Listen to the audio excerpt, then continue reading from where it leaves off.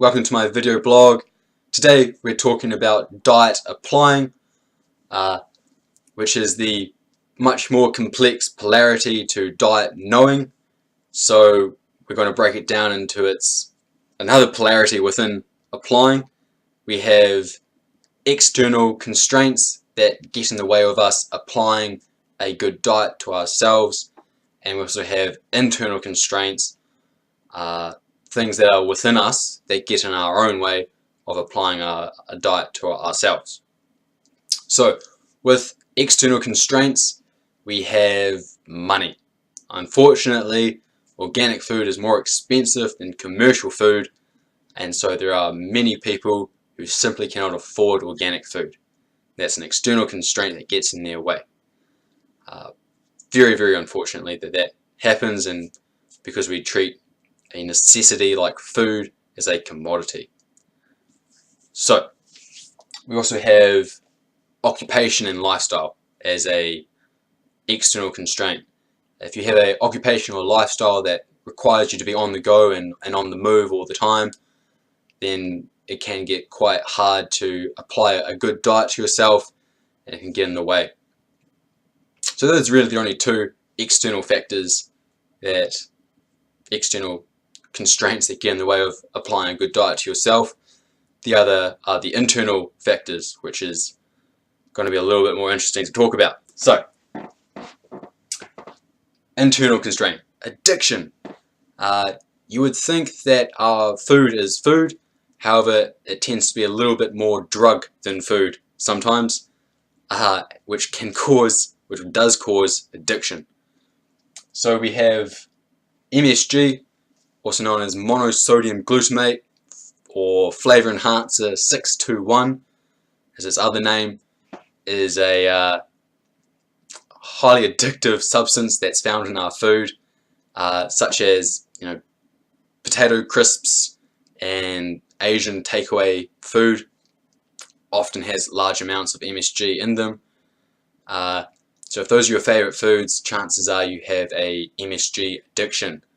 And if you need help on getting rid of an MSG addiction, then I would recommend you look into the effects MSG has on lab rats and lab mice, showing how carcinogenic it is.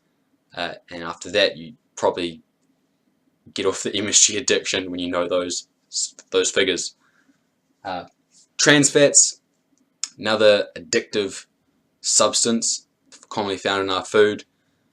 If you love your fried food, your deep fried chicken, that kind of stuff often goes hand in hand with MSG. You have a trans fats addiction. Trans fats addictions works by your body thinking you're eating a good quality fat meal, when in fact it's a false fat that your body can't really process, and so ends up storing in your body, which causes a whole bunch of problems, and you'll struggle to lose the weight if you've been eating excessive trans fats, or any trans fats really. And sugar. There's a bunch of great documentaries on sugar that show the impact it has on human health. In terms of addictive properties, it's on par with cocaine, yet we feed it to our kids. Diabetes is one of the most costly diseases in society, yet sugar is still abundantly found everywhere and in a lot of foods. The other internal constraint is fungi and parasite infections in the gut. So I touched on this in the previous video of how listening to your body gets influenced by fungi and parasite infections in the gut. So what happens is, if you have infection in your gut of fungi or parasite, when they get hungry, they will release chemical messengers to make you hungry and to make you crave their favorite food, which is sugar or fruit.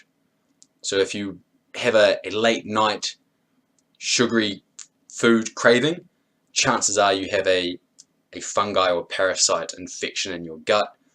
Also, if your digestive system fluctuates between diarrhea and constipation, that's another sign that you have a fungi or parasite infection, and I would highly recommend you get it treated as soon as possible.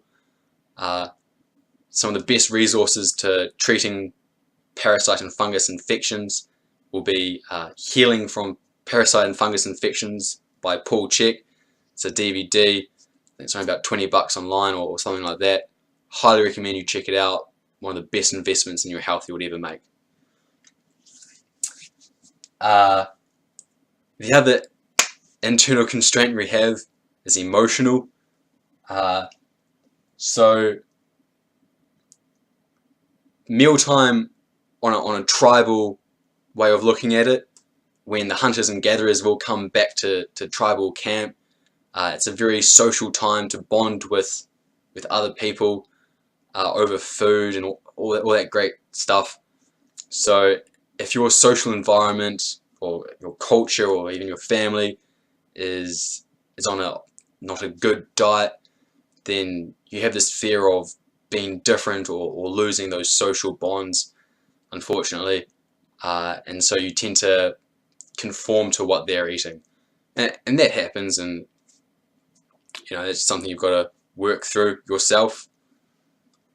And emotional crutching is a very common one with food. We've all been there. We've all had a rough day or something bad happens, and when you go home or go get takeaway or go get something, whatever it is, whatever your emotional food is, we've all been there. So it's something that you need to look at internally on how to resolve your emotional feelings. If it's causing a really bad diet, then sometimes it's not so much knowing a good diet, then it's fixing working with your internal emotions. Psychological stress release. So the catch with when you know what a good diet is and what a good diet isn't, you fall into this trap where you find yourself saying, "Oh, I shouldn't eat that." And you see the packet of Tim Tams in the pantry, and you think to yourself, "I shouldn't eat that." But what happens is, if you've gone the whole day of thinking or having this mindset where you say, "Oh, I have to do this, I have to do that, my boss is making me do this, my wife's making me do that," you get into this mindset, and then you come home after that day and you see that packet of Tim Tams, and you think, "Oh, I shouldn't do that. I know it's bad for me, I wouldn't do that." It sounds like you. Listen up. So what happens is, you think, you know you shouldn't do it, but what happens is you do it anyway. Because when you do something you know you shouldn't do, it's a bit of a thrill. You get a little bit of a ooh.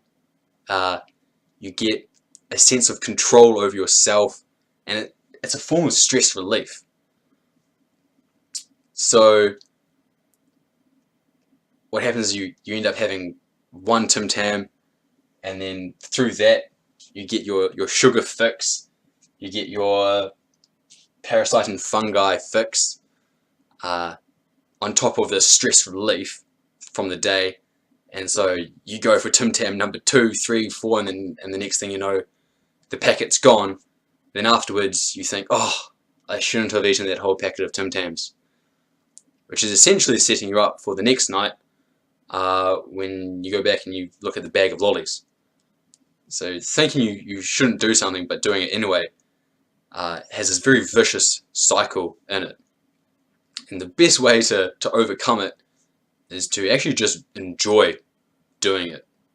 If you find yourself telling yourself, "I shouldn't eat this," but you do it anyway, overcome it by enjoying actually just doing it. Because when you enjoy it, it won't be long until you actually get bored of it. And once you get bored of it, you'll move on, and you won't get that stress relief psychological factor from it. You may still get the sugar addiction and the fungal addiction, but at least you won't have the psychological stress release addiction cycle from it. Now, if all else fails in the ability for yourself to apply a good diet, then chances are you don't know what you love in life. If you love a sport and that's what you want to be, then you just have to think to yourself, what is a good diet, or what diet will make me the best sports person I can be. If you love your kids, for example, then say, is this diet making me the best parent for my kids, and so on and so forth. So work out what you love and tie your diet into that love if you need extra help in applying a good diet to yourself. So we covered a lot today, and I'm sure we'll continue on diet in the future. Thanks for listening. I'm Ryan Clements. Keep being.